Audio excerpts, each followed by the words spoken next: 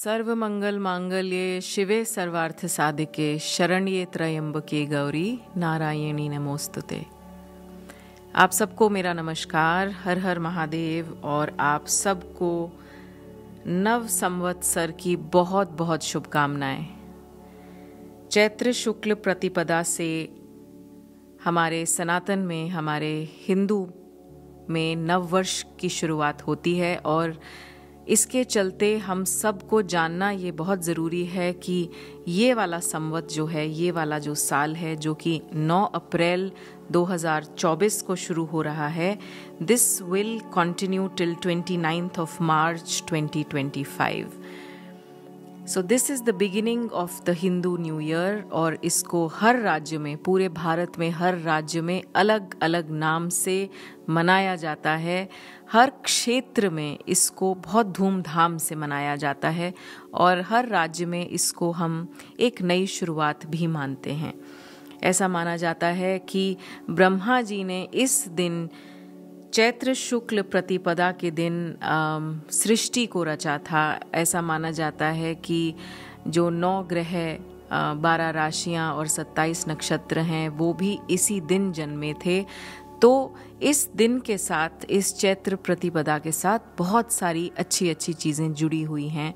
So here is wishing you all a very very happy and auspicious new year. But before I tell you about the new year, let us talk about 8th of April, which is the solar eclipse. I hope आप सब ने मेरा lunar eclipse का podcast सुना था और उस podcast में मैंने आपको बहुत सारी ऐसी बातें बताई और जिसके चलते आप सब ने मुझे बहुत सारे मैसेजेस भी भेजे कि जैसा प्रिडिक्शन थी उसी तरह की चीज़ों के योग बन रहे हैं, विश्व में बन रहे हैं, भारत में बन रहे हैं, आपके जीवन में बन रहे हैं।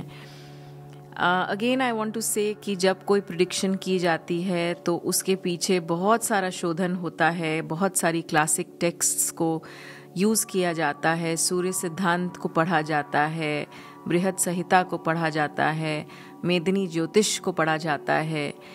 और क्योंकि अब जो मैं बात कर रही हूँ वो सूर्य ग्रहण से रिलेटेड है, यानी 8th of April happens to be a full solar eclipse and it also happens to be a Sunday which is the day of the sun। तो कुछ चीज़ें आपको इसके बारे में मैं बताना चाहूँगी because whenever the two luminaries are under an eclipse, the entire world faces the negative impact because after all, there is one sun and one moon for the entire planet. So it doesn't matter whichever part of the world you're in. Effects will always be there, irrespective of if whether the eclipse is fully visible or not visible. But the rays of the sun and the moon are always affecting the planet. So according to my calculations, this is one of its kind of an eclipse happening in the past 20 years where I feel that it is going to be very, very unhealthy and very heavy for the American continent. America और Canada के लिए ये eclipse काफ़ी भारी रहने वाला है क्योंकि ये कुबेर पर्व में हो रहा है। तो मेरे हिसाब से this is the beginning of wealth destruction. ये कुछ वेल्थ डिस्ट्रक्शन का मतलब है कि कुछ जो बिलियनेयर इंडेक्स में आते हैं लोग, उनके लिए लॉसेस का समय ये होगा या फिर उनके वेल्थ को किसी तरह की डिस्ट्रक्शन का खतरा भी हो सकता है।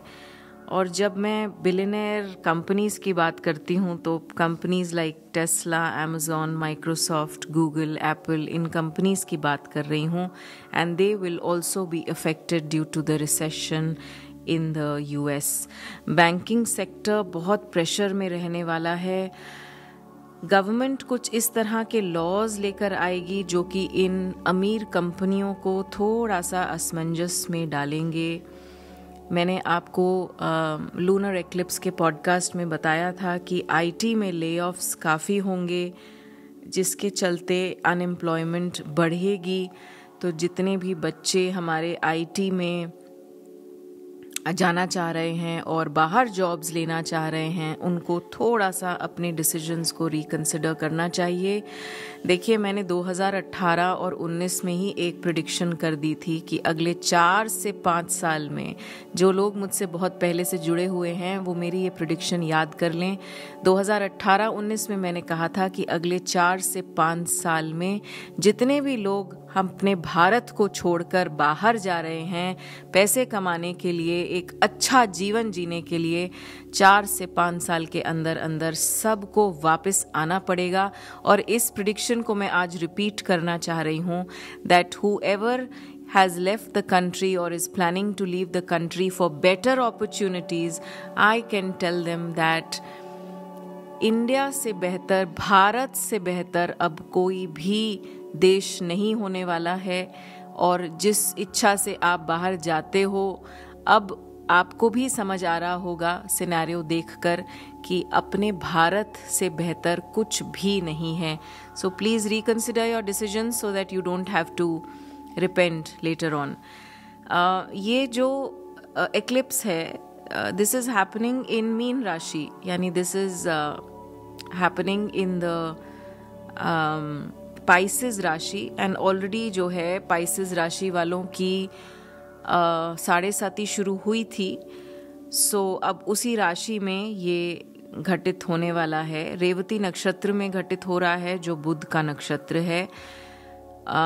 इसके चलते वाटर, क्योंकि मीन एक वाटर रिलेटेड राशि है, तो इसके चलते वाटर रिलेटेड डिज़ास्टर्स एक्सपेक्टेड हैं अगले 6 महीने में। वाटर रिलेटेड इलनेसेस भी, डिज़ास्टर्स भी, सुनामी का आना, तूफानों का आना, बाढ़ का आना, ये एक्सपेक्टेड रहेगा।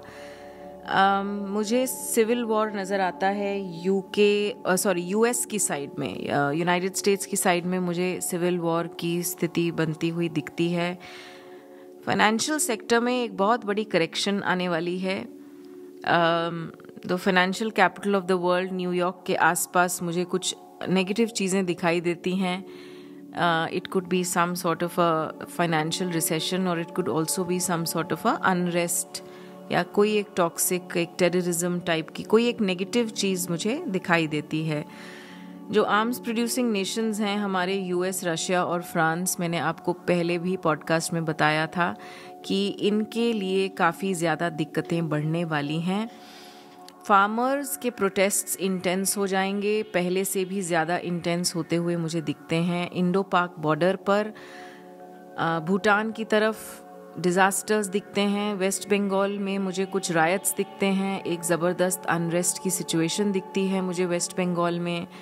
एमपी, उड़ीसा और नॉर्थ ईस्ट एरियाज़ में मुझे फ्लड्स बोल लीजिए, या कोई नेचुरल डिज़ास्टर्स बोल लीजिए, या आप कोई अर्थक्वेक्स बोल लीजिए, इस तरह के कोई योग मुझे दिखते हैं।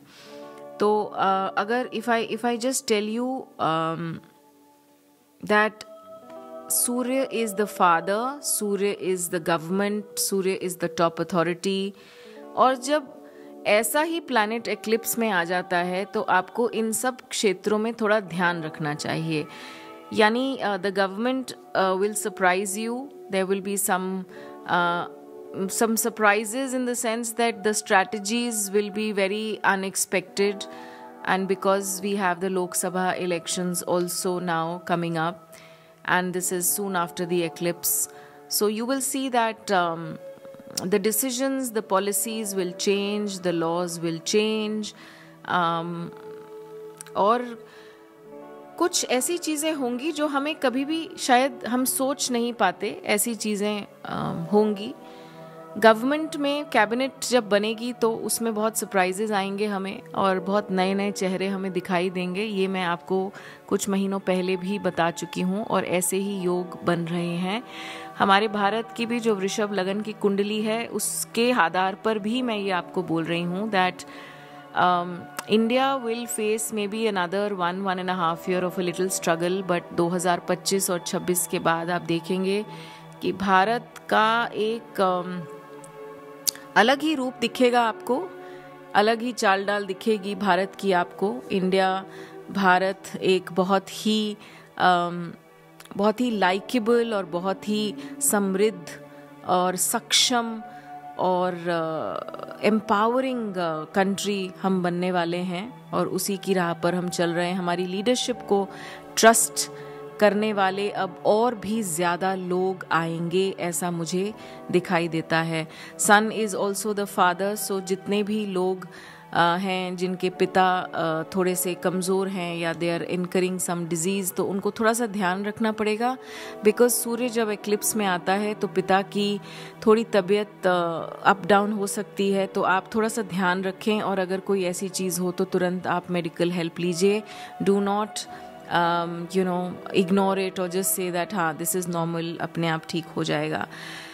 बिकॉज सूर्य is also to do with the highest authorities, तो इस समय आप देखेंगे कि शनि और मंगल ऑलरेडी युति में हैं 6 महीने के लिए, और इसके साथ जब एक्लिप्स भी आ जाएगा, so you will see that lot of conflicts, a lot of scams, a lot of people who have been doing wrong things, they will be exposed। और जो unethical practices करते हैं लोग लीडरशिप में, कहीं भी वो लीडर्स हों, किसी भी क्षेत्र के लीडर्स हों, वो मिलिट्री लीडरशिप हो, वो कॉरपोरेट लीडरशिप हो, गवर्नमेंट लीडरशिप हो, कोई भी लीडरशिप हो, अनएथिकल प्रैक्टिसेस करने वाले लीडर्स थोड़ा सा इस बार ध्यान रखें, क्योंकि अब ये साल तो आपके लिए भारी होने वाला है, क्योंकि ये साल वैसे भी शनि का साल है।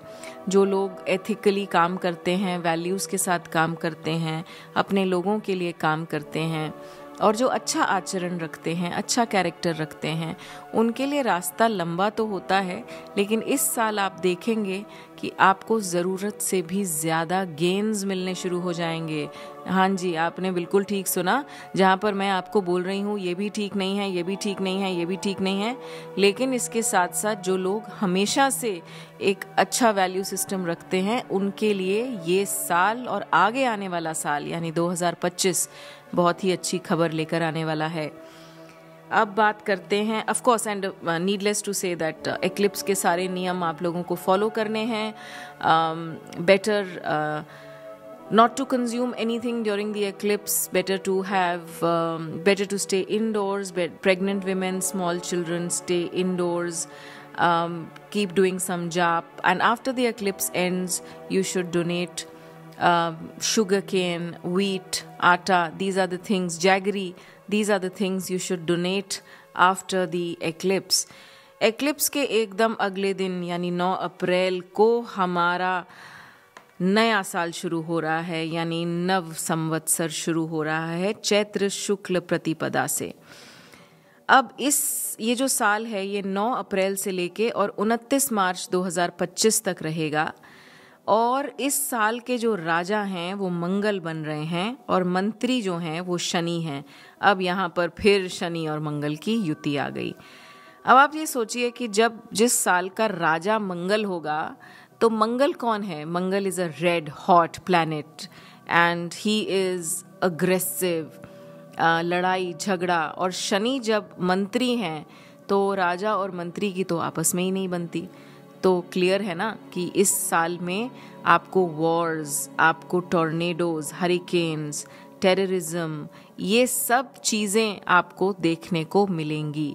ये साल अप्स एंड डाउन्स का होने वाला है और अनफॉर्चुनेटली इसमें नेगेटिव खबरें थोड़ी सी हमें ज़्यादा आएंगी। लॉसेस हो सकते हैं, एग्रीकल्चरल लॉसेस हो सकते हैं। तो आपको क्या करना है एसेंशली, क्योंकि जब प्रिडिक्शन की जाती है तो सबसे इम्पॉर्टेंट होता है ये जानना कि ये जनरल प्रिडिक्शन है, यानी कि हवा ऐसी ही रहने वाली है और आपकी कोई भी राशि होगी। कुछ राशियों के लिए मानते हैं अच्छा होगा, कुछ राशियों के लिए मानते हैं इतना अच्छा नहीं होगा।